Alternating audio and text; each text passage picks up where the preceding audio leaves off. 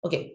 Bueno, hoy día lo que vamos a ver, vamos a seguir con Carleman, porque nuestro objetivo es ver otros problemas inversos, pero vamos a utilizar la herramienta de Carleman para poder obtener algunas estimaciones importantes que necesitamos para el laplaciano. Vamos a seguir con el Carleman para ecuaciones elípticas. Y la idea es generalizar lo que vieron. Ustedes vieron un Carleman con un peso bien particular, ¿de acuerdo? El peso que ustedes vieron era una función lineal, era una cosa del estilo phi igual a x por alfa, algo de ese estilo. Eso es lo que vieron con Alberto. Entonces la idea es generalizar eso a un phi mucho más general, ¿de acuerdo? Pero nos vamos a restringir solamente a trabajar en dos dimensiones. ¿Ya? Eso es lo que vamos a partir viendo. ¿Alguien sabe por qué nos vamos a restringir a hablar en dos dimensiones? ¿Qué creen ustedes que se gana cuando uno está en dos dimensiones?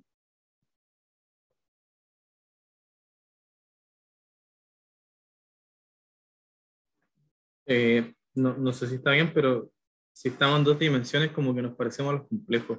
Quizá ahí se puede ganar algo. Claro, cuando uno está en dos dimensiones, lo que pasa es que uno puede ocupar la herramienta de los números complejos. ¿Ya? Entonces uno gana un montón de estructura, pero lamentablemente pierde generalidad. Eso es básicamente el problema. Aquí nos vamos a dar cuenta de la potencia que tienen los números complejos porque vamos a obtener un Carleman súper difícil, que es el que está acá en el enunciado. Es un Carleman difícil en el sentido de que es para un phi muy general. La función de peso es cualquier función de clase C2. ¿Ya? Una función súper general, pero vamos a pagar un precio que solamente esto es para dimensión 2. ¿De acuerdo? Entonces, lo que vamos a partir considerando es omega, nuestro conjunto, nuestro dominio en dimensión 2, ¿ya? Un dominio, por supuesto, acotado y con una frontera regular. En este caso, una frontera tipo Lipschitz. La vamos a llamar gamma mayúscula. ¿Ya? Y la función de peso, como había mencionado, en este caso va a ser una función de clase C2 de omega barra. O sea, llega hasta el borde y es bastante regular. Y el teorema de Carleman que queremos probar, este que está acá, que, bueno, la referencia de todo lo que vamos a hacer ahora es básicamente el capítulo 2 del libro de Murachu-Lee, ¿ya? Que se llama Application of Elliptic Carleman Inequalities to Cauchy and Inverse Problem. ¿Ya? Es del 2016, es más o menos nuevo. Entonces, en este paper hacen un review de varios artículos, perdón, en este libro hacen una revisión de varios artículos, por eso es bastante fácil de seguir. Entonces, en particular, hay un artículo que es bastante antiguo, es como de los años 70, pero en este libro retoman la demostración para sacar este Carleman que está aquí abajo. Entonces, este Carleman, claro, es para el laplaciano, ahí está nuestro operador, perdón. Acá está nuestro operador, es para el laplaciano, ¿ya? Y nosotros, por supuesto, estimamos el gradiente y estimamos la función. ¿De acuerdo? O sea, algo típico de una desigualdad de Carleman que ustedes tienen que notar es que típicamente está el operador, ¿ya? El operador P, el operador diferencial, y el operador diferencial acota típicamente los términos de orden inferior. Como el laplaciano es un operador de segundo orden, los términos de orden inferior pueden ser el gradiente y la función. ¿Ya? Eso es lo que típicamente hace una desigualdad de Carleman. Por supuesto, aparecen otros factores, y esos factores típicamente se suelen llamar errores o mediciones. O sea, son cosas que necesito saber para poder estimar la energía. Fíjate que lo que queda aquí abajo es una energía que me permite saber a mí el tamaño de U y el tamaño del gradiente, una energía de la solución. Está en función del operador diferencial, pero aparecen estas mediciones. ¿De acuerdo? Eso es básicamente lo que está apareciendo en el Carleman. Y en este caso es bastante general, pero de nuevo se le pide un montón de regularidad. Por ejemplo, entre ellas se le está pidiendo que el U es de clase C2 hasta omega barra y la norma C2 está acotada. ¿De acuerdo? Este es el Carleman que queremos demostrar. ¿Vale? Entonces, para eso vamos a comenzar a ver los pasos o los ingredientes que vamos a necesitar. Cualquier cosa me interrumpen y lo podemos ir analizando, ¿vale? Entonces, lo primero vamos a ver unas definiciones.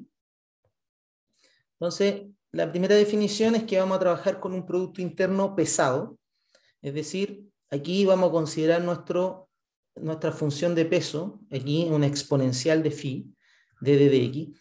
Recuerden que, no sé si se acuerdan más o menos la estrategia que siguió Alberto para calcular el Karleman que él utilizó.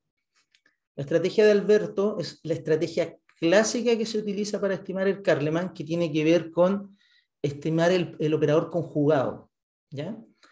¿Cuál es la típica forma de calcular el operador conjugado? Es si yo tengo un operador diferencial, yo lo tengo que componer por dentro por la exponencial de phi y por fuera por la exponencial de menos phi. En realidad debería, por supuesto con una función conjugada, en realidad debería ser al revés. En general uno le pone el menos adentro y el más afuera, eso debería ser lo natural. ¿Por qué uno no lo hace así? Porque este menos de adentro empieza a hacer aparecer un montón de cambios de signo que uno a veces se confunde. Entonces, para mayor facilidad, uno pone la exponencial afuera negativa, pone el operador diferencial y pone la exponencial positiva adentro y la función conjugada. Uno calcula este operador y uno trata de dividirlo en la parte simétrica, ¿de acuerdo? Una parte simétrica, por supuesto, que depende de phi, más una parte antisimétrica, que también depende de phi, por supuesto. Y luego uno trata de estimar las normas de estos dos operadores. Después de estimar las normas, uno trata de estimar el producto interno de estos dos operadores. Eso es lo que vio Alberto. Hay, por supuesto, muchas más variantes en la literatura de esto. Hay gente que acá considera más otros términos, que también dependen de phi, que le llama los términos del resto, ¿ya? O términos de orden inferior. Bueno, y luego lo que uno hace es tratar de calcular todas las combinaciones de las posibles integrales y tratar de estimarla y ver cuáles son las partes más importantes que van sobreviviendo. Ese es básicamente cómo se hace un Karleman. ¿Ya? Eso lo vieron con Alberto, me imagino, con el phi en el caso lineal. Ahora, nosotros aquí vamos a ver otra forma de hacer un Karleman que funciona en dimensión 2 porque estamos utilizando una estructura de números complejos. Primero, definimos nuestro producto interno que vamos a estar utilizando. Va a estar aquí la función y acá su conjugado. Acá la función, el peso de la integral. Y definimos un producto en el borde. ¿Ya? La diferencia es que aquí vamos a utilizar esta especie de corchete.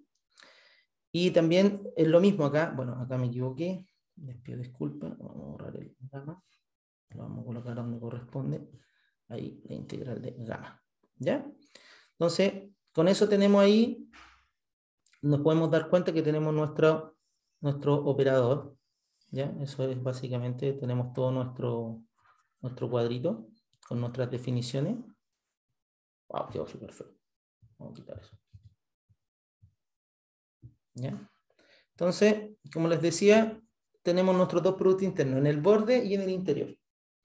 Y el barra significa conjugado porque voy a asumir que las funciones son a valores en los complejos. Entonces, con eso defino mi operador diferencial. ¿Cuál va a ser mi operador diferencial? En este caso va a ser este operador P, que es un operador de orden 1, que va a ser simplemente un número complejo A por la primera derivada, más un número complejo A2 por la segunda derivada. O sea, básicamente es un vector complejo producto punto con el gradiente. Ese es mi operador diferencial. ¿Cómo se aplica a una función? Simplemente P por U va a ser A1 por la derivada primera de respecto a la primera variable de la función U y una 2 por la derivada respecto a la segunda variable de la función U. Eso es todo como defino mi operador. ¿Ya? Entonces, lo primero que vamos a tratar de entender es cómo este operador se conjuga, cuál es su conjugado. En este caso, tomamos nuestro operador P, ¿de acuerdo? Y lo que tratamos de hacer es pasarlo al otro lado, en el producto interno, aparece acá lo que sería el operador conjugado, y aparece un resto. ¿Ya? El operador conjugado está determinado acá, es simplemente el P estrella vale menos P barra, donde P barra es el operador conjugado, y vale menos P barra aplicado a phi. El operador conjugado aplicado a phi. ¿Ya? Y este operador Q que aparece acá, aquí aparece conjugado, el operador Q no es nada más que el producto de A1 por la primera componente de la normal y A2 por la segunda componente de la normal. ¿Ya? ¿Cómo vemos la demostración de ese lema? Aquí tenemos la demostración del lema. Es simplemente tomamos P por U por B, ¿ya? Y eso lo escribimos cuál es la definición de eso, y luego tratamos de hacer las integraciones por partes. Entonces, en el primer término, tratamos de pasar la primera derivada a los términos de al lado. Entonces nos va a quedar la primera derivada, en este caso, atacando al A1, al B barra y a la exponencial. Lo mismo con el otro término, ¿de acuerdo? Nos va a quedar atacando a la 2, al B barra y a la exponencial. Por supuesto, al hacer la integración por parte aparece un signo menos y aparecen los clásicos términos de frontera. ¿De acuerdo? ¿Cuáles son los términos de frontera en este caso? Va a ser simplemente el A1, donde las derivadas, los caracolitos, los voy a cambiar por las componentes de las derivadas. Entonces me queda A1, N1, A2, N2, por U. ¿De acuerdo? Entonces ahora desarrollo acá el producto de la derivada, y me queda la derivada acá aplicada al B, con signo menos, y acá me queda la derivada aplicada al phi. ¿Por qué? Porque la derivada de la exponencial es la misma exponencial. Acá ya podemos ver que aquí apareció Q, nuestra definición del operador Q que teníamos aquí arriba, ahí apareció Q, entonces pongo Q por U, por V, este es simplemente el producto interno en la frontera que habíamos definido, y acto seguido, acá podemos identificar que aparece simplemente el operador menos P barra, menos P, pero conjugado. ¿Por qué conjugado? Porque acuérdense que para escribir algo en la segunda componente tiene que aparecer conjugado en la integral. ¿Ya? Entonces, en el fondo, yo debería poder conjugarlo, y para eso simplemente ocupo que el conjugado del conjugado es el mismo número, y el conjugado del producto de los conjugados. Y me queda eso que está ahí. Análogamente, el otro término que aparece acá, me puedo dar cuenta que me va a aparecer ahora menos P barra, pero ahora está aplicado a phi. ¿Ya? Entonces con eso se concluye la demostración de este pequeño lema, un pequeño lema que simplemente lo que hicimos fue calcular el conjugado en variable compleja de un operador de orden 1, ¿de acuerdo? ¿Hasta ahí se entendió más o menos? ¿Alguna pregunta? ¿No? No, profe, ahí se entiende. Vale. Entonces, acá pongo el lema para recordarlo, para poder hacer los cálculos que siguen, porque ahora lo que quiero hacer con este lema es estimar cuánto vale la norma de P por U. ¿Ya? Entonces, ¿qué es lo que es la norma de P por U? Por definición es, ojo que esta es la norma pesada, la norma que es inducida por el Producto Interno. ¿Ya? Entonces, acá la norma de P por U va a ser P por U, Producto Interno. Y aquí puedo ocupar la propiedad. Fíjate, ¿qué es lo que me dice la propiedad? Que un P puede pasar al otro lado, pero conjugado. Entonces, el P que está en el primer U pasa al otro lado, conjugado. Y aparece un resto. ¿Cuál es el resto? El U queda libre y lo que estaba al otro lado ahora queda multiplicado por Q barra. Entonces, eso es lo que va a quedar aquí multiplicado por Q barra. ¿Ya? Entonces, tengo esta expresión. Análogamente, voy a tratar de calcular qué es lo que es la norma, pero en este caso del conjugado de P por U. Lo mismo, coloco conjugado de U en el producto interno, y ahora quiero pasar un conjugado al otro lado. Entonces tengo que ver la fórmula del lema 1, pero al revés. ¿Cómo pasas un conjugado al otro lado? Entonces, fácil, simplemente tomas el conjugado, lo pones como P al otro lado de lo que había, pero ahora tienes que pagar un precio, y ese precio va a aparecer con signo menos, porque lo voy a estar colocando al otro lado, por eso es menos. ¿Y qué es lo que va a aparecer? Va a aparecer el P estrella por U, que es lo que es ¿por qué aparece el P estrella por U? Porque es lo que está a este lado antes de conjugar, P estrella por U.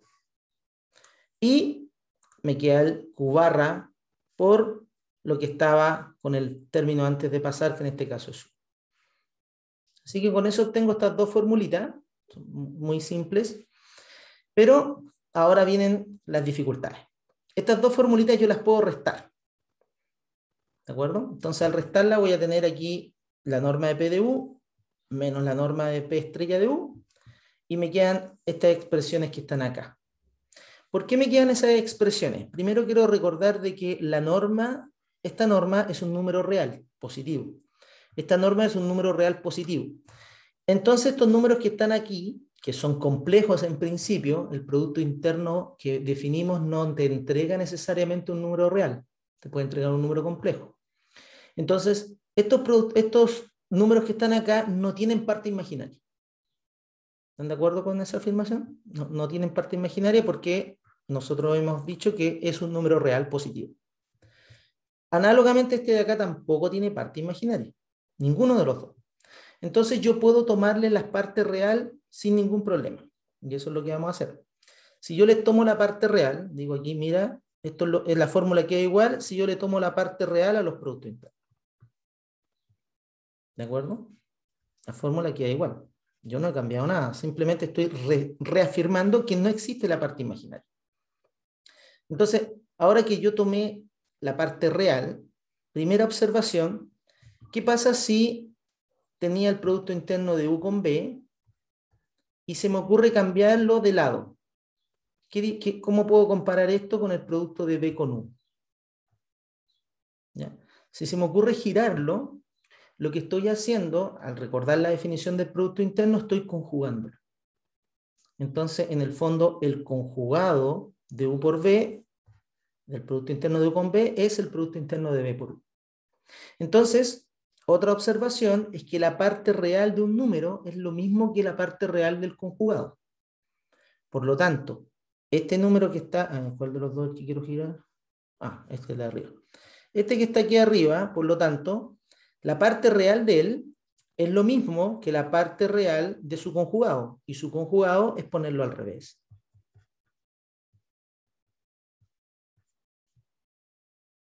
¿Todos de acuerdo ahí, en esa parte? Análogamente, eso permite, por ejemplo, entre los dos primeros términos que están acá, estos dos primeros términos, este que está acá y este que está acá, al restarlos, ahora el U está en el mismo lugar.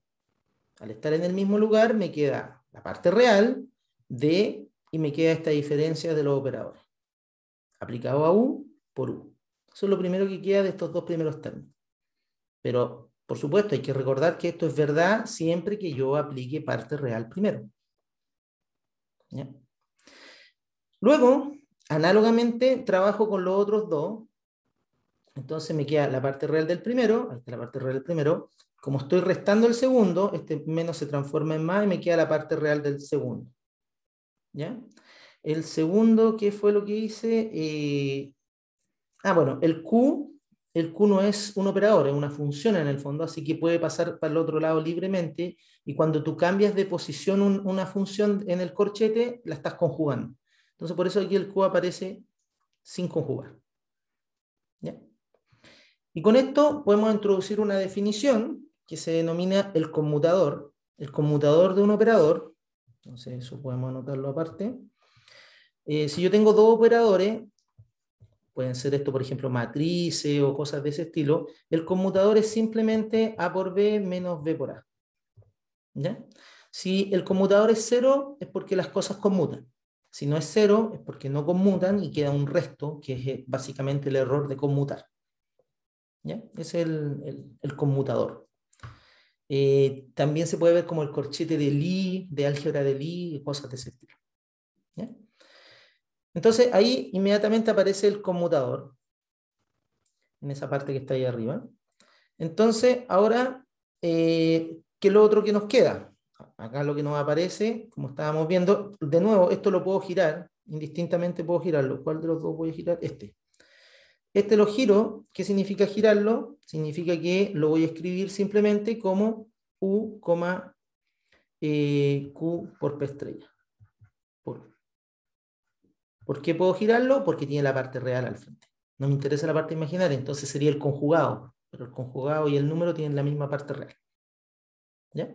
Entonces, al girarlo, voy a poder juntar, en este momento voy a poder juntar acá Q barra por P y Q por P estrella. Si los junto, ambos, me va a quedar esto, Q barra por P, Q por P estrella. Y ahora tengo que recordar quién era P estrella. P estrella era simplemente menos P barra phi. Esa es la definición de P estrella. Entonces acá puedo darme cuenta que me va a quedar, el primer término me queda igual, y el segundo me aparece un menos, me aparece Q por P barra, que es lo mismo que poner el conjugado de Q barra P. Y me queda otro término que es menos Q P barra phi. Ahora, los dos primeros términos, fíjate que es un número complejo menos su conjugado. Al ser un número menos su conjugado, lo que te queda es simplemente 2i por la parte imaginaria de Q barra P. Y el otro término queda ahí análogo. ¿De acuerdo? Todo esto que estoy haciendo es simplemente manejo de números complejos, pero estoy haciendo un abuso de notación tremendo al de repente representar operadores como si fueran números o funciones. ¿Ya? Hay que tener un poquito cuidado de repente porque uno se puede equivocar. Bueno, con eso, simplemente para dejar más claro las cosas, ¿qué es lo que vale Q barra P? Aquí aparece QP barra, pero vamos a calcular Q barra P. Q barra es simplemente el conjugar eso. Las componentes de la normal no tienen números complejos, así que eso no se conjuga. P era eso. Entonces aquí cuando multiplique me queda esa parte, S que es la parte real, y aquí me faltó un cuadrado. Me faltó un cuadrado. ¿Ya? ¿Por qué queda eso? Porque me va a quedar simplemente el A1. El A1 me queda el A1 conjugado por el A1. Entonces, ¿cuánto vale A1? ¿Cuánto vale A1 conjugado por A1? Eso vale el módulo de A1 al cuadrado. ¿Ya? Entonces, con eso podemos observar que nos queda A cuadrado, A1 cuadrado, A2 cuadrado. Cuando vaya multiplicando el A1 por el A1 o el A2 por el A2, me van quedando esos cuadrados. Y me quedan otros dos términos que están ahí. ¿Ya? Esos otros dos términos, entonces ahora voy a calcular la parte imaginaria, que es lo que me están pidiendo acá. Estoy calculando la parte imaginaria de esto que me están pidiendo, y la parte imaginaria va a ser la parte imaginaria de eso. Fíjate que los dos primeros términos son reales, así que inmediatamente la parte imaginaria es 0, no nos parece. Y los últimos dos términos que aparecen ahí es la parte imaginaria de eso y la parte imaginaria de eso. Ahora, la parte imaginaria del primero me doy cuenta de que los últimos dos son reales, así que me queda la parte imaginaria solamente de eso y la parte imaginaria de eso. ¿Ya? Aquí me doy cuenta que el segundo es el conjugado del primero. Por lo tanto, la parte imaginaria del segundo es la menos la parte imaginaria del conjugado de ese número.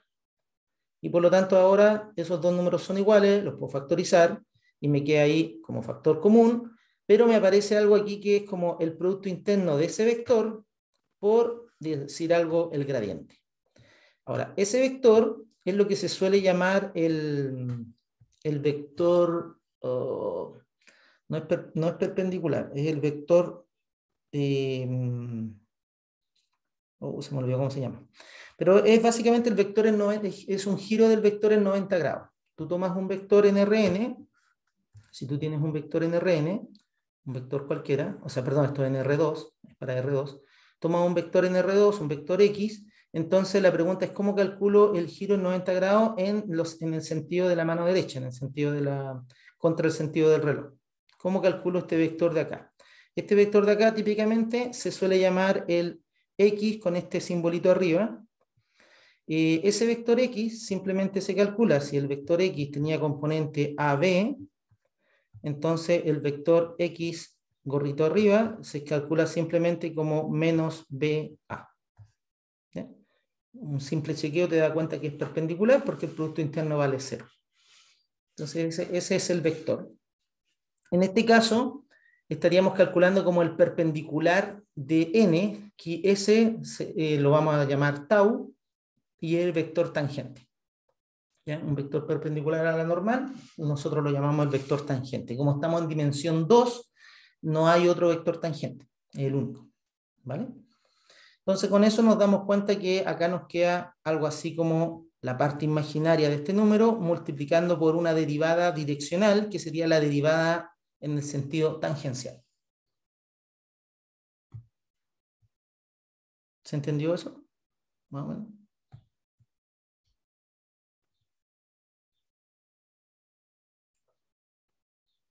Sí, se entendió. Vale. Con eso tenemos este segundo lema, este lema es un lema de estimaciones de energía que me dice, mira, entonces si tú tomas la norma de eso y menos le restas la norma de eso, lo que te va a quedar, ya habíamos visto que queda la parte real del conmutador por U, U, más la parte real y ahora te quedan estos términos ahí ya de manera más explícita. Eso es lo que queda ahí. ¿De acuerdo? Esto es básicamente la observación de lo que se está haciendo. Alguien me puede, por ejemplo, preguntar, oye, profe, pero como que los cálculos que hizo usted arriba son cuando el U es solamente real. No, también funciona cuando es complejo, porque la parte, sacar parte imaginaria o conjugar y todo eso se puede separar. Así que no hay ningún problema en ese sentido. ¿Ya? Acá viene una observación. ¿Cuál es la observación? El P estrella. El P estrella vale esto que está acá, menos P conjugado, menos P conjugado aplicado a phi. Entonces, ¿cuánto vale el conmutador entre P estrella y P? Aquí uno se puede dar cuenta que me queda P estrella P menos P estrella. Al reemplazar lo que vale P estrella, te queda eso, te queda eso. Y al simplemente operar, aquí te das cuenta que te queda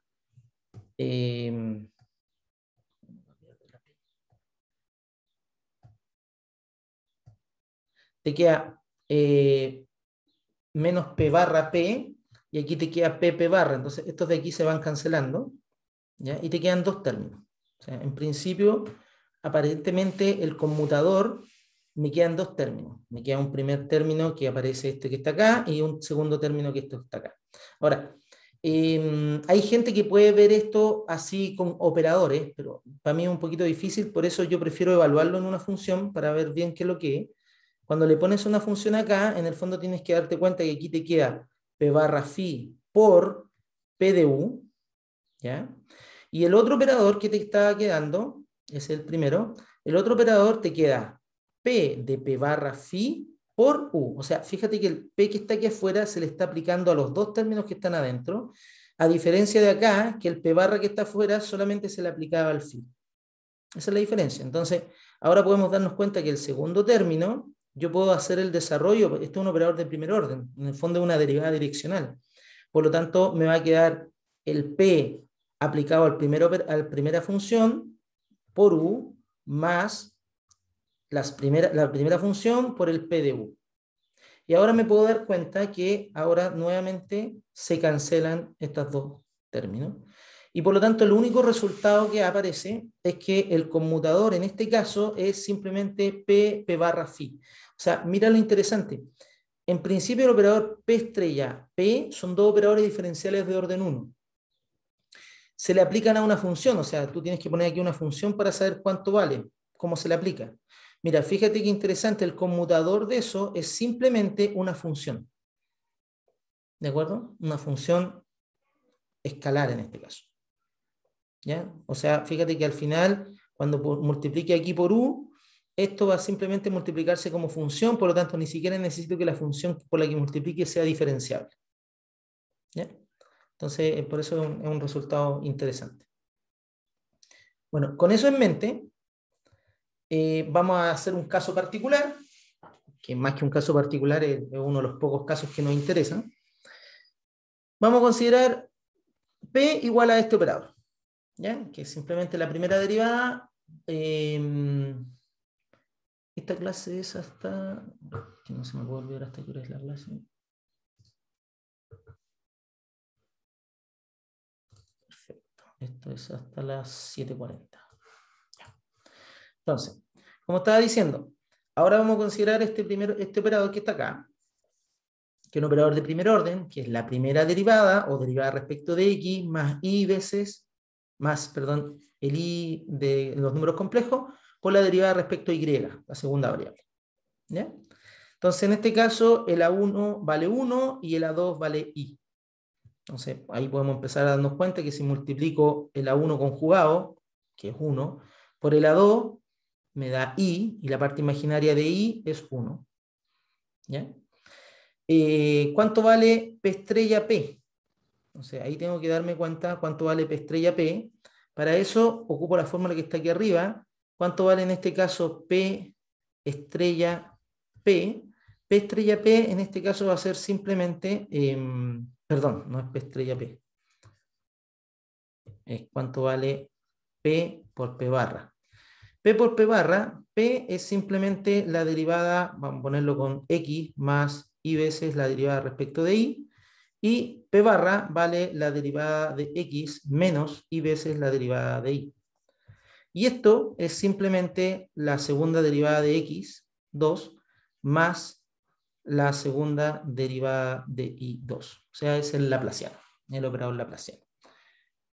Por eso aquí abajo aparece que el conmutador, P estrella P, que ya habíamos visto que era el P barra aplicado a phi, va a ser simplemente el laplaciano aplicado a phi. ¿Ya? O sea, el conmutador de P estrella P es el laplaciano de phi. Por otro lado, Q por P barra vale N1 y N2, que esto era lo que vale Q, y P barra, ahí está P barra, ¿ya? Entonces hago toda la operación, y al hacer toda la operación me queda una parte que es la parte real y una parte que es la parte imaginaria. Y la parte real me puedo dar cuenta que estoy recuperando lo que es la derivada normal. La primera componente de la normal por la primera derivada, la segunda componente de la normal por la segunda derivada. Eso es la derivada normal. Menos y veces, y me queda ahora otra derivada en otra dirección, y esa dirección vuelve a ser la dirección tangencial. Entonces me queda la derivada normal menos y veces la derivada tangencial. ¿Ya? Con eso en mente, tenemos ya aquí nuestro primer resultado. ¿Ya? Del lema 2, vamos a reproducir el lema 2 acá. Vamos a escribir, este es el lema 2, esta es la fórmula del lema 2. Entonces, en la fórmula del lema 2, simplemente vamos a tomar, vamos a reemplazar qué pasa con nuestro P, el que estamos viendo aquí arriba, este que está acá, cuando reemplazamos. Entonces, ¿cuánto va a ser la norma al cuadrado de P por U? Bueno, la norma al cuadrado de P por U va a ser simplemente la integral en omega, ¿de acuerdo? De la norma, o el módulo, si ustedes quieren, del vector que aparece adentro. Y el vector que va a tener la primera componente, o sea, la componente real, es la derivada respecto de X, y la componente imaginaria es la derivada respecto de Y. Así que me queda la norma del gradiente. Y por el peso, porque estamos usando una norma pesada. Este otro de aquí lo desprecio, o sea, lo elimino. Al eliminarlo, agrando el lado derecho, por eso ahora me queda una inecuación. Transformo esto en una inecuación al eliminar eso. ¿Ya? Y el lado izquierdo, que está acá, simplemente se va construyendo. ¿Qué es lo que era el conmutador? Ya habíamos visto, el conmutador era el laplaciano de phi, lo que está ahí arriba, el laplaciano de phi. Entonces, como el conmutador es el laplaciano de phi, ¿ya? Aquí me queda simplemente U por U barra, y eso es esta estructura que está acá. Es el módulo de U al cuadrado por el peso. Y la parte de escribir parte real de esto ya no tiene sentido, porque aquí ya todo es real. Quedó todo real. Y luego continúo con los otros términos. Me queda un primer término, aquí multiplico, me queda el U derivado tangencial que habíamos visto, por que lo que era la parte imaginaria de todo eso lo que habíamos visto era 1, el 2i que queda afuera, y me queda por supuesto el U al otro lado, que es el U barra, el U conjugado, y me queda la otra componente que es menos, en este caso, la otra derivada, ¿ya? Y me quedan estos componentes que están acá. Aquí aparece la derivada normal y aquí vuelve a aparecer la derivada tangencial, pero en este caso aplicada a phi. ¿Por qué aplicada a phi? Creo que ahí me equivoqué. Eso no era aplicado a phi.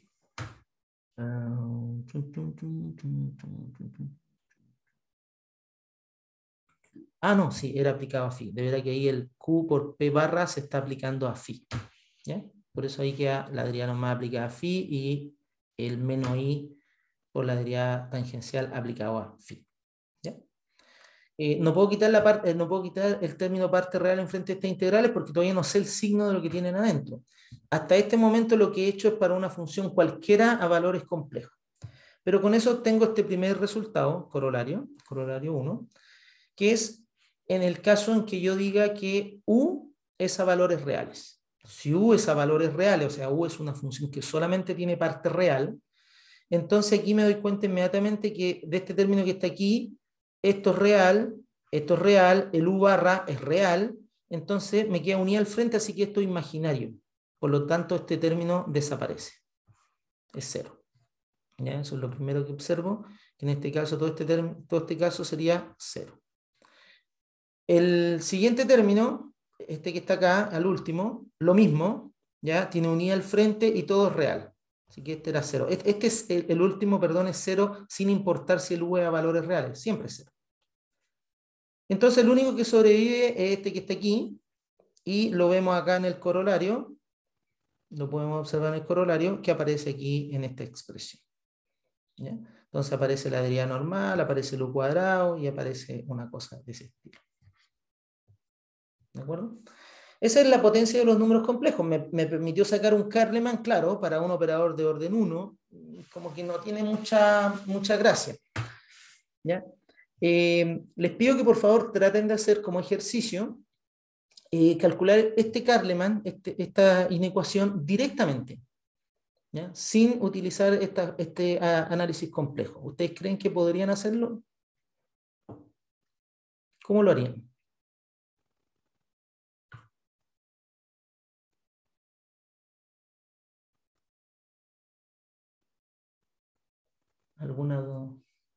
¿Alguna forma que se le ocurra?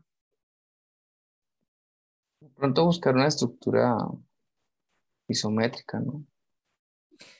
Claro, o sea, lo primero, o sea, existen dos formas de hacerlo. Desde mi punto de vista, puede que existan muchos más. La primera es tratar de hacerlo como lo hace Alberto, como se les mostró a Alberto, que es un Carleman tratando de separar la parte simétrica y antisimétrica. Para eso necesitas decirme cuál es el operador. ¿A qué operador le vas a aplicar esa estrategia? Entonces aquí el operador que uno tendría que pensar es mirar la parte de adelante del Carleman y mirar cuál es la derivada más grande que hay, en este caso el gradiente. Entonces acá tu operador debería ser gradiente. Entonces yo diría, mira, ¿sabes qué? Vamos a considerar el operador P igual a gradiente. ¿Ya? Y a ese operador P, sacarle parte simétrica, o conjugarlo. ¿Qué significa conjugarlo? Significa multiplicarlo por exponencial de menos phi, poner el operador gradiente, poner la exponencial de phi y poner aquí una función de conjugada. ¿Ya? Y ahora este operador, aplicar el gradiente ahí, separar en lo que queda, te van a quedar dos elementos. Podemos hacerlo acá de una manera rápida. ¿Cuánto va a ser el gradiente del producto? ¿Cuánto es el gradiente del producto?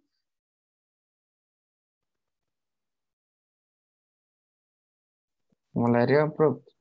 Debería ser claro como la derivada del producto, entonces me va a quedar simplemente el gradiente de la exponencial, que eso va a ser simplemente el gradiente de phi, las exponenciales se van a cancelar, por b, más, y después me queda el gradiente de b, la exponencial se van a cancelar, y me queda el gradiente de b.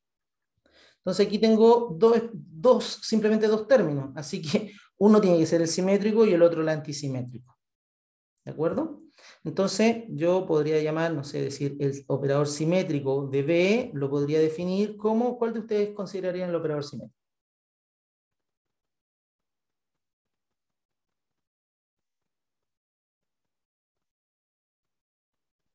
Para mí sería el gradiente, ¿no? Claro, podría ser el gradiente de B. Y el otro operador, uno podría decir, va a ser simplemente el gradiente de phi por B. Y ahora, cuando uno hace esto, tratar de hacer lo que hizo Alberto, que fue simplemente decir, bueno, la norma de lo de arriba la voy a separar en la norma de los otros dos, tratar de integrar por parte, etcétera, etcétera.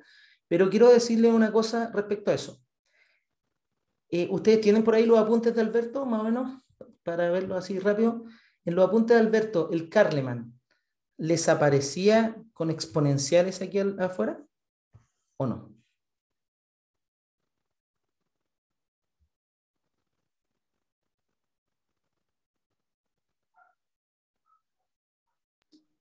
Sí, aparecía exponencial menos 2 lambda, sí. Ya, pero ese era el segundo Carleman, él debió haber sacado otro antes que no tenía las exponenciales. ¿Ya? Y eso debió haber sido porque primero uno saca un Carleman para la variable b y después se tiene que devolver a una variable u, que es la variable principal, que es la variable esta que está aquí, que es simplemente hacer un cambio de variable, es decir, que lo que está aquí adentro lo llamo u. que Alberto comúnmente lo llama desconjugar la ecuación. ¿Ya? Y ahí llegaron a Kahneman que llegaron. Entonces, este proceso requiere estimar las integrales y después hacer la desconjugación. Eso es lo que iba a obtener este caso. Les recomiendo que lo hagan, es súper entretenido y no se van a demorar mucho y se van a dar cuenta que sale de una manera muy sencilla, muy fácil y llegan a este mismo Kahneman que está aquí. Esa es la primera forma que les recomiendo que lo hagan. La segunda es por cálculo directo. Imagínense que el día de mañana ustedes van por la calle o no sé, quieren hacerle una prueba a los alumnos de no sé qué curso verán integración por parte y dicen, ¿de dónde saco un ejercicio? Este. Si tú le pasas este ejercicio a un alumno, ¿cómo lo probaría? Sin haber visto la materia que nosotros estamos viendo, él diría, bueno, tengo que lograr hacer algo aquí. ¿Qué es lo que hago? Lo que yo haría, o lo que un alumno debería tratar de hacer, es tomar este laplaciano y hacer aquí una integración por parte. Porque al hacer una integración por parte del laplaciano de phi, al pasarle las derivadas hacia el lado, cuando le logre pasar todas las derivadas, cuando le pase la primera derivada, probablemente me va a quedar algo como el gradiente de u. ¿Ya? Entonces, y fíjate que cuando le pase una derivada, inmediatamente me queda algo así como la derivada normal de phi por el u cuadrado.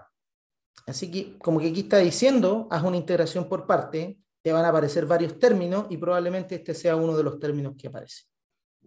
¿Ya? Les recomiendo que traten de hacer las dos, con las dos sale, es muy sencillo. Y ahí uno siente un poco de frustración porque uno dice, bueno, ¿y para qué todo esto de los números complejos si esta cosa salía más o menos directa? Bueno, es por el segundo resultado. ¿Ya? El segundo resultado es un poquito más complicado. ¿Ya? El segundo resultado tiene que ver con el... volvemos a utilizar la misma... Déjame ver si la tengo ahí. Volvemos a utilizar de nuevo esta cosa que está aquí arriba. Siempre vamos a estar eliminando este término que está acá. Siempre vamos a transformar esto en una inecuación. Pero ahora quiero que aquí me aparezca el laplaciano de u. ¿Viste? El laplaciano de u. ¿Cómo hago que me aparezca el laplaciano de u? Bueno, para que me aparezca el laplaciano de u, quiero usar este truco que habíamos conversado antes, de que P por P barra es el laplaciano. ¿Ya? Entonces, para eso, simplemente lo que hago es ahora evaluar, digamos, de alguna manera, la inecuación que tengo de arriba en un u que sea P barra de u. Aquí, bueno, la notación es un poco confusa, pero el u que quiero usar en la fórmula de arriba es P barra de u. Acuérdate que la fórmula que está aquí arriba, esta que está aquí arriba, es válida para cualquier función, incluso a valores complejos. ¿Ya? El u es a valores reales, pero cuando lo multiplique cuando le aplique el operador p barra de u, ahora esto quedó a valores complejos, porque el p barra tiene metido ahí un i entre medio, así que quedó a valores complejos. Cuando hago eso, fíjate que si reemplazo aquí el u por p barra u, me va a quedar aquí p por p barra, y eso me queda inmediatamente el laplaciano. ¿Ya? Ahí está el laplaciano. ¿De acuerdo? Como desprecié este segundo término positivo que está restando, como lo desprecio, lo que me queda aquí es una inecuación. Bueno, dígale por ahí. Me queda una inecuación. ¿Ya? Y luego continúo con los otros términos. El P estrella P, ya sabíamos que era el laplaciano de phi. Y ahora aquí me queda, acuérdate que el U que estoy usando ahora es P barra U por P barra U. O sea, me queda la norma de P barra U. La norma de P barra U es lo mismo que la norma de P por U, y eso es el gradiente. ¿Ya? Y luego sigo con los otros términos. Acuérdate que voy a seguir viendo todos los otros términos. Acuérdate que el último siempre era 0. El último siempre era 0. Así que me quedan solamente dos términos, S y S. ¿Ya? Entonces aquí me queda P barra de U, y aquí me queda gradiente de U al cuadrado. ¿Ya? Con eso en mente, voy a tener que revisar qué es lo que pasa con este término que está acá. ¿Ya? Fíjate que tengo que calcular la parte real de 2i veces eso. Pero 2i, eso significa que la parte real de esto, al multiplicarse por i, que es imaginario. Ese se va a morir cuando le calcule parte real. Lo que me interesa realmente es la parte imaginaria de ese número que está ahí. Y la parte imaginaria, eso es lo que calculo, la parte imaginaria de ese número que está ahí. ¿Ya? Y ahí me puedo dar cuenta, calculo la parte imaginaria, voy calculando que lo que es P estrella, la derivada tangencial, voy calculando la otra, que es lo que me da el P barra, está allá al otro lado, y me voy dando cuenta que lo único que sobrevive aquí es esta estructura que está acá, que va a sobrevivir aquí la derivada tangencial de la derivada en la dirección 1, o sea, una doble derivada del u, multiplicada por la la derivada 2 de u, y así sucesivamente. Porque me quedé solamente con lo que acompaña con i. ¿De acuerdo? Entonces, como me quedé con la parte imaginaria, me va a salir i por i cuadrado, por eso queda un menos, y me queda ese término ahí feo que está ahí. ¿Ya? Y el otro término que está acá, ese ya me había quedado, está ahí. Y con eso tenemos nuestro primer teorema. Ese es nuestro primer Kahneman. Fíjate que te aparece. ¿Por qué con esto tengo mi primer Kahneman? Fíjate que me queda el laplaciano, ¿de acuerdo?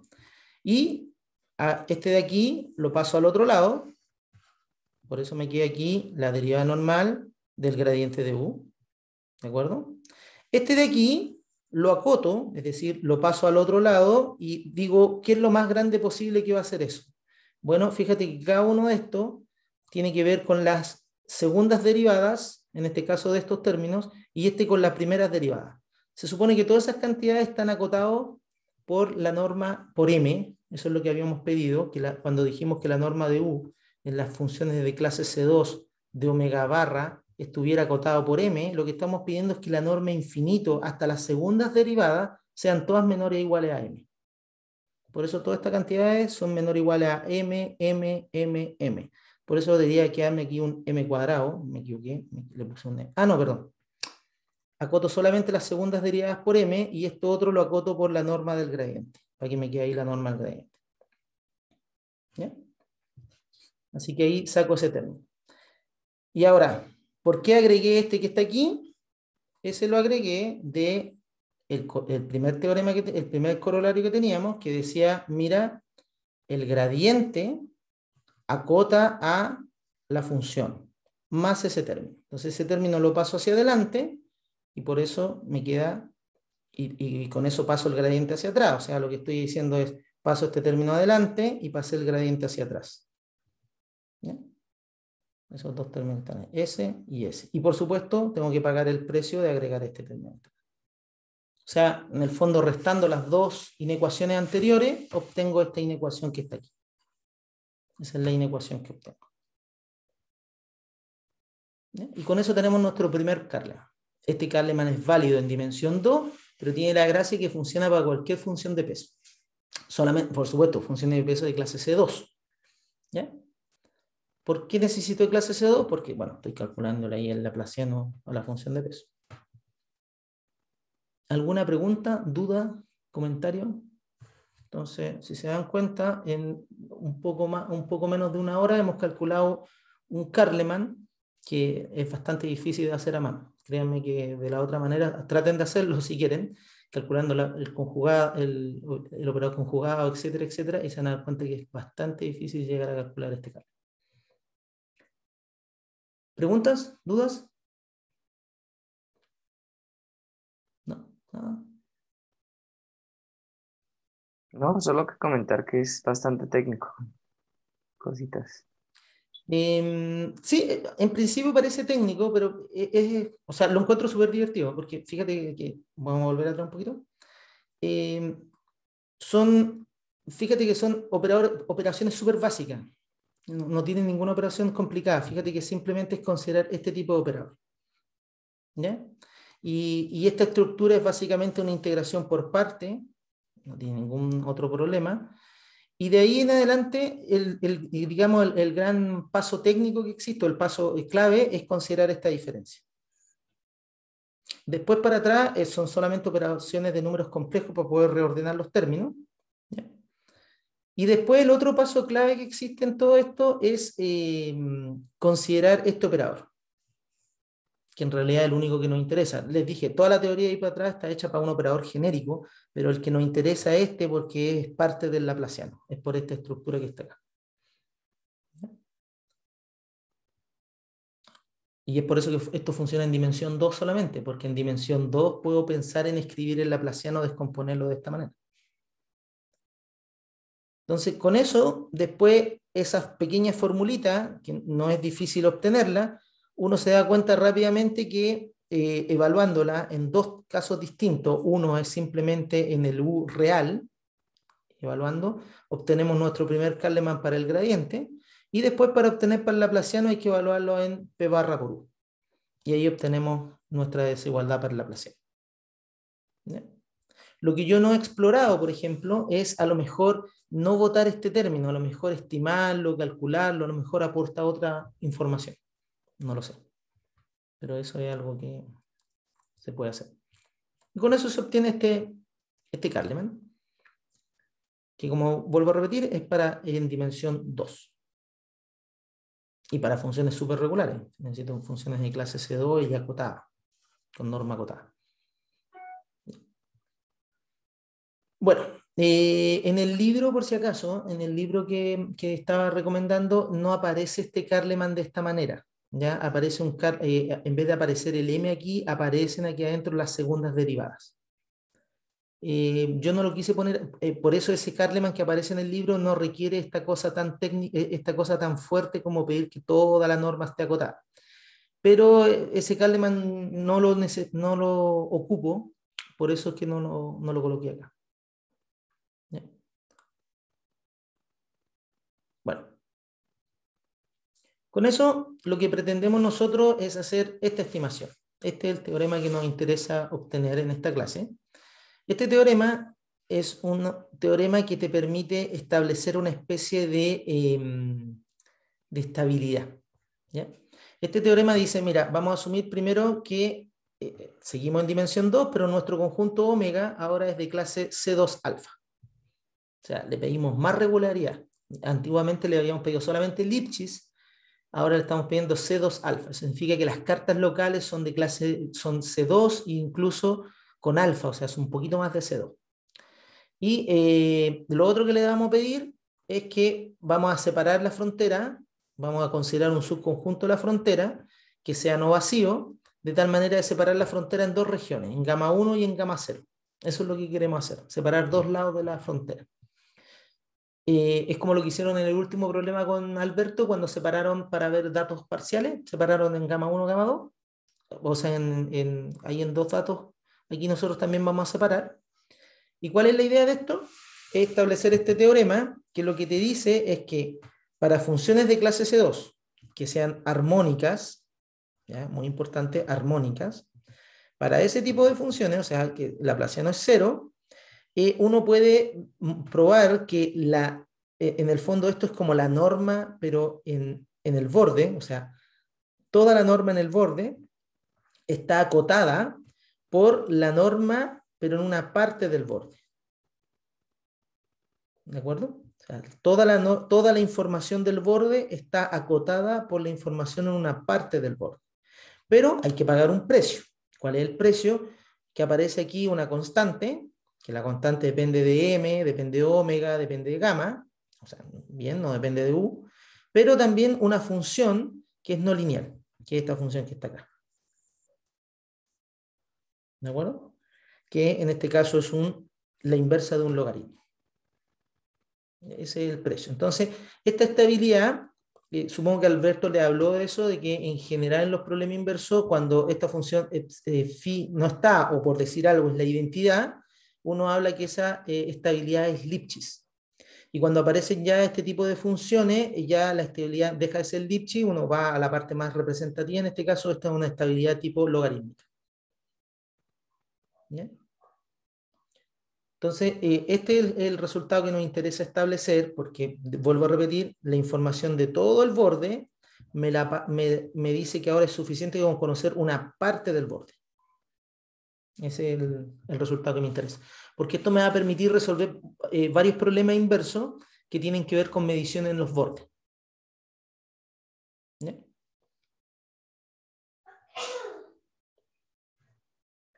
Y bueno, para esto vamos a utilizar un lema técnico. Este es un lema muy técnico porque yo no voy a probar este lema, pero este lema dice que existe una función φ0 de clase C2 tal que esta función es armónica en omega, satisface que vale 0 en gamma 0, su derivada normal es negativa en gamma 0 barra y es positiva en gamma 1.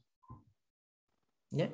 Entonces aquí tengo mi conjunto, tengo dividido mi frontera en dos regiones, gamma 1 y también gamma 0, definía mis dos regiones divididas, y lo que dice el teorema es que phi vale 0 en el borde que está acá, en el borde de gamma 0, y su derivada normal es negativa.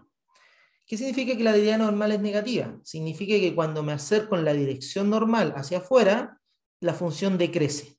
Significa que hacia adentro la función va creciendo. O sea, en todos estos bordes la función parte creciendo hacia el interior. ¿Ya? Eso es lo que me está diciendo. Ahí parte creciendo.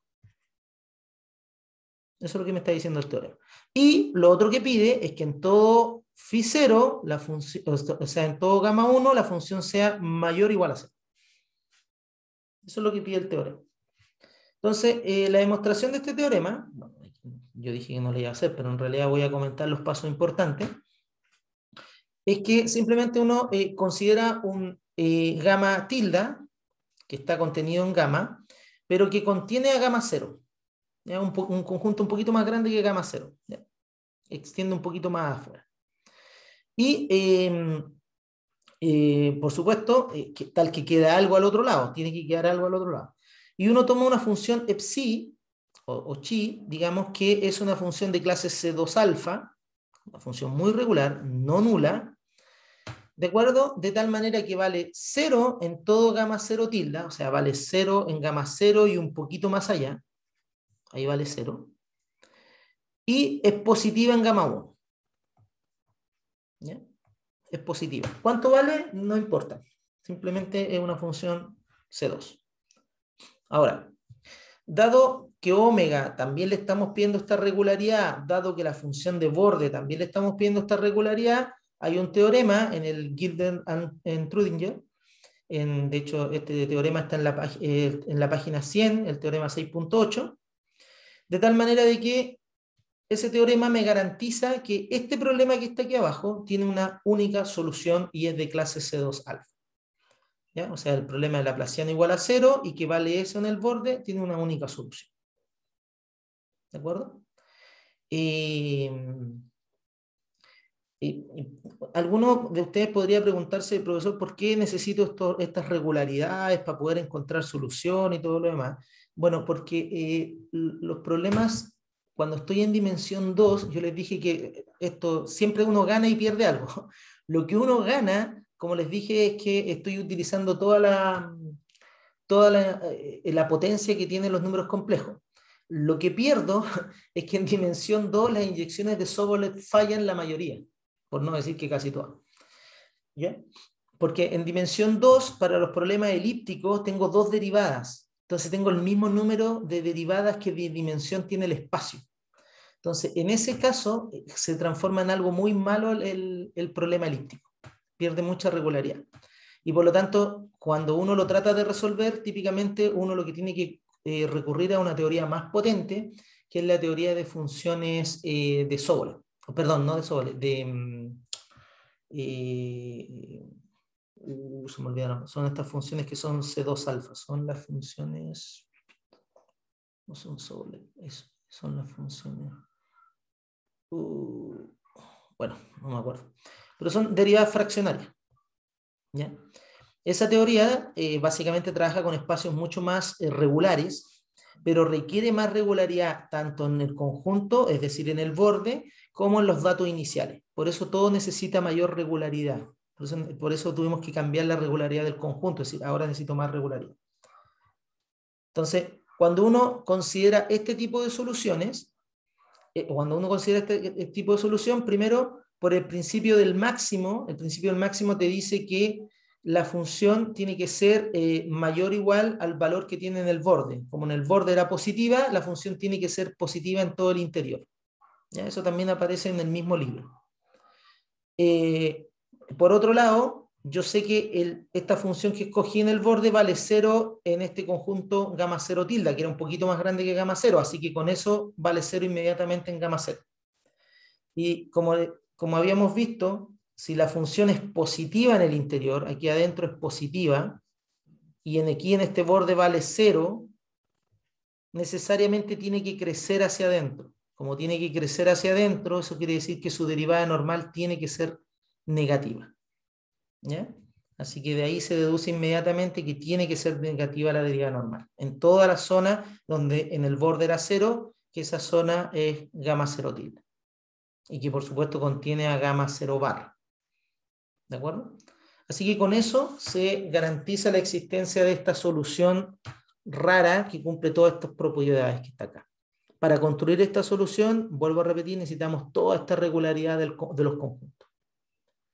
¿Para qué construyo esta solución? Porque esta solución me permite a mí ahora escribir una nueva función de peso que la separo en dos. Una fija y otra que está dada por este phi0. ¿Ya? Eso a mí me va a permitir, voy a adelantarme un poco, me quedan unos minutos para contarles más que nada el resultado, después vemos los detalles de esto. Eso a mí me permite separar el conjunto en las dos partes de la frontera, eso reemplazarlo en el Carleman que tenía, lo reemplazo en el Carleman, y eso me permite básicamente escribir este Carleman que está aquí, ese es el Carleman, ¿ya? Y ahora simplemente voto todo este lado que está acá, lo desprecio. Digo, mira, este Carleman lo que dice es que esto es positivo. O sea, me quedo solamente con los términos de frontera. Acuérdate que en laplaciano estoy para función armónica, eso es 0. Y estos términos de acá, el phi que escogí justamente me hace que esto sea mayor que 1, así que es positivo, esto es positivo, los desprecio. Así que lo único que me dice esto es que eso es positivo. ¿Ya? Y ahora cuando he logrado decir que eso es positivo, con esa estructura voy a tratar de probar la próxima clase, voy a hacer los cálculos de la próxima clase, vamos a tratar de probar este teorema que está acá, que me permite estimar esto en función de esto. ¿Ya? ¿Alguna pregunta, duda? De momento no, profe, de mi parte. Bueno, me voy a adelantar un poquito porque quiero contarle algunas cosas que vamos a ver, justamente que a lo mejor ustedes no conocen, pero por ejemplo, a mí este resultado me gusta mucho, este resultado que está acá. Este resultado dice que si tengo una función armónica, ¿de acuerdo? Por supuesto de clase C2, y tal que ella y su derivada normal son 0 en una parte del borde, entonces la función es completamente 0 en todas partes. ¿Ya? Estos tipos de resultados se llaman resultados de continuación única. Se llaman Unit Continuation Properties. Propiedades de continuación única. De hecho, este tipo de resultados se llaman Unit Continuation Properties cualitativas.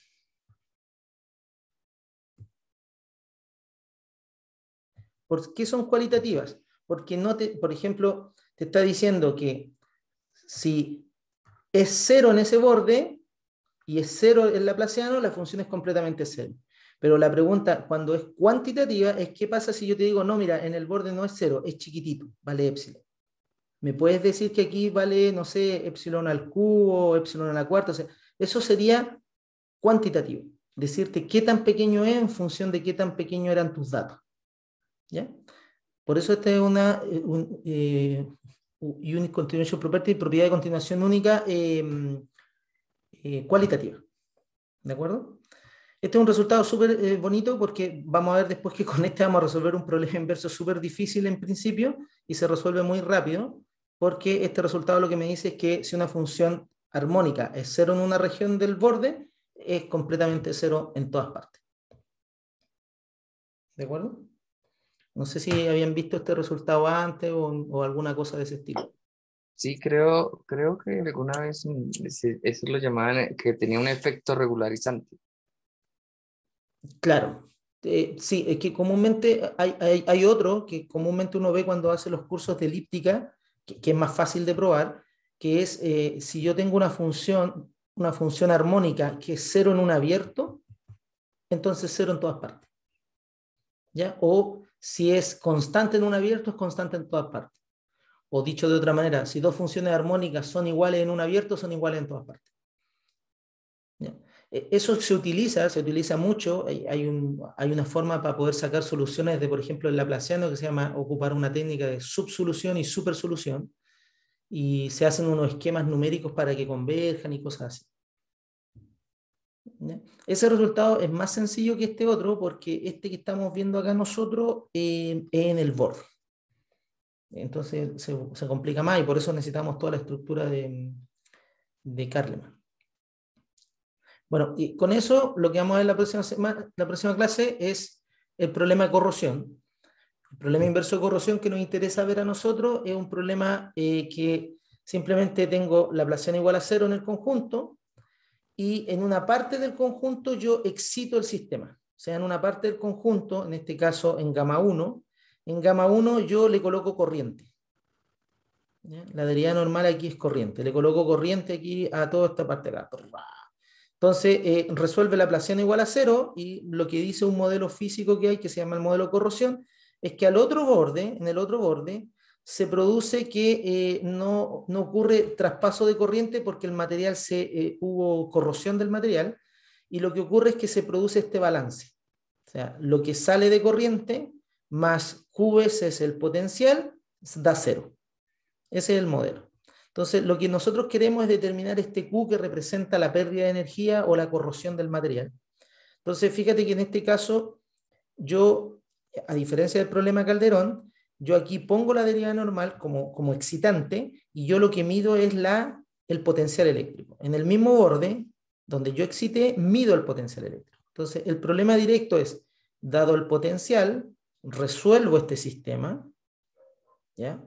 Y de ahí saco, por supuesto, una solución, y esa solución la evalúo en el mismo borde donde puse el potencial. Y ahora la pregunta es, ¿con esta información puedo recuperar el coeficiente de corrosión? Ese es el problema inverso que nos interesa ver. ¿Se entiende más o menos?